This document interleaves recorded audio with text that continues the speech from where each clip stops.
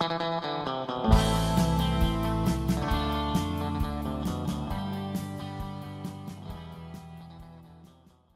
everybody, I'm Joe, and welcome to My Tiny Kitchen. Now today we're going to make one of my favorite grilled cheese sandwiches, and I hope it becomes one of your favorites too. We are doing a grilled Havarti, bacon, and Granny Smith apple on brioche bread. Now what makes this sandwich so good, I think, is that perfect bite. I'm sure you've heard that concept on a lot of food shows. What you get here is the creaminess of the Havarti cheese, that salty smokiness of the bacon, and then that green apple in the middle, that Granny Smith, gives you that tartness to kind of bring it all together, capped off with the buttery crispness of toasted brioche bread. So what do you say we cut the chit chat and get started, huh? Alright, now one of the first things we're going to do is cut this bacon down to about the same width as the bread. We're going to do that just to make the sandwich look neat. It doesn't serve any real purpose other than to make the bacon fit real nicely from end to end on the bread. So there we go. We're going to use that.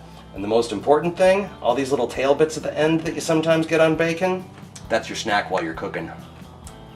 Alright, the next thing we're going to do is make some slices off the side of a Granny Smith apple.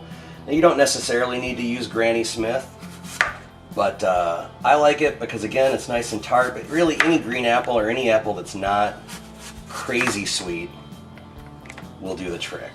What I like to do, you don't even need to core it. You just go like that. You've got 3 nice slices for your sandwich. If you're making more, obviously use the other side, and then the rest, like I said, you just eat it. Let's move on. Alright, now we are almost ready to get this thing toasted. We've got our Havarti cheese right here. I always find it's best to pull it out of the fridge about an hour, maybe half an hour before you're going to make the sandwich, so that way the cheese gets brought up to room temperature and it melts a little bit easier on the sandwich and you don't burn the bread. We've got our Havarti, we've got our green apple over here, we've got our bacon. The last thing to do is butter the brioche bread. Now, I like a good, about inch thick brioche bread. I find that it gives you the bready texture. Toasts up nice.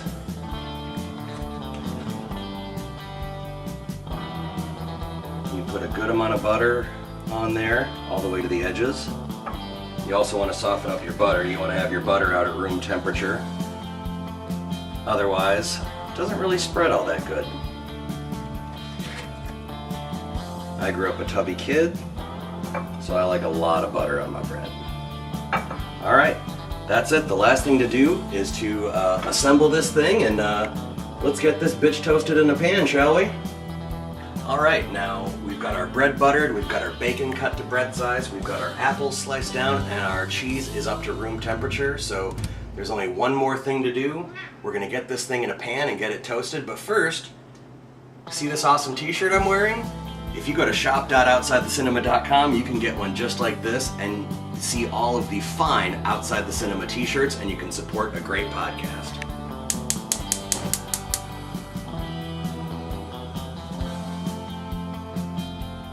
What I like to do is assemble my sandwich in the pan. First, take your slice of bread, and I like to move it around a little bit. In certain pans it won't stick. Just to be on the safe side though, I like to do it there. Take your first slice of cheese, right to the edge, maybe even a little bit over, so when it comes over you get that nice brown crispy edge to the cheese. Layer your bacon down. About 3 slices. If you want, you could even make it a jumbo and do 5. You want to take your apple, about 2 there. Let's just take this one, go like that.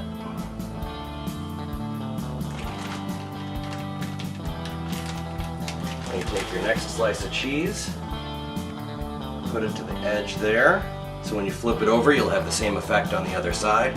And putting the cheese on both the bottom and the top in the 2 separate layers kind of melts it all together. It's the glue that holds the sandwich together, so when you take a bite it doesn't all stick together, or it doesn't fall apart. Another slice of cheese. Now, here's the hardest part of making this awesome grilled cheese sandwich.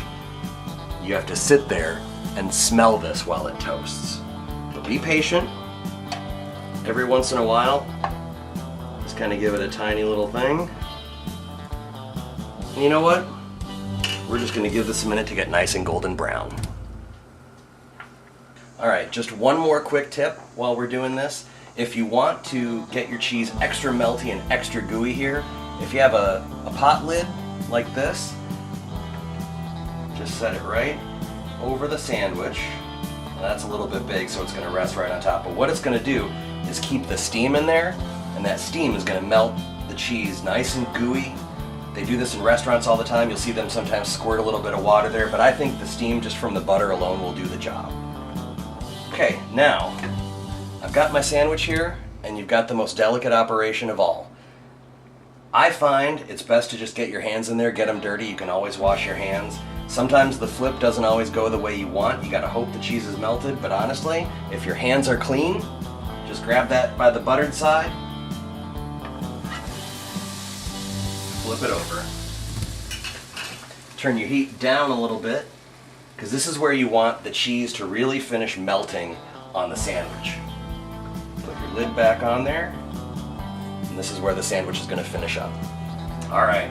Now this is taken roughly about 2.5 minutes per side. It really depends on the flame you've got. I've kept this at about the second dot, right between low and medium, so call it high-low. We're all set. Check the bottom. That's perfect on both sides, and you can see right there the cheese is nice and melty. So let's take this to the plate and cut her up, shall we? Okay, so we've got our sandwich here, nice and toasty brown. Now, here's your money shot. I like to cut my sandwiches like this. You can cut it like that if you're a godless fucking heathen, but I like to cut my grilled cheese sandwiches like this.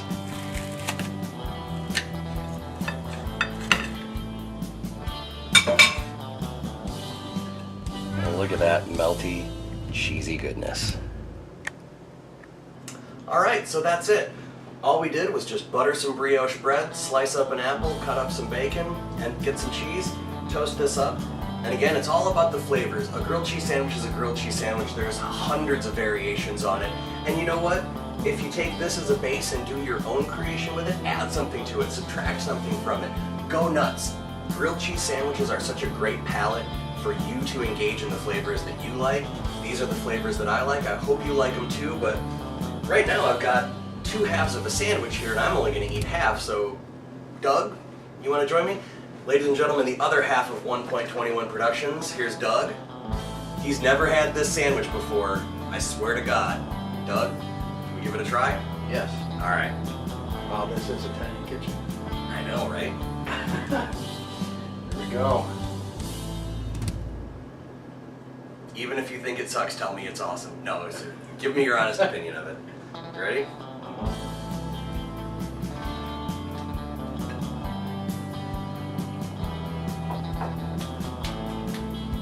Dude.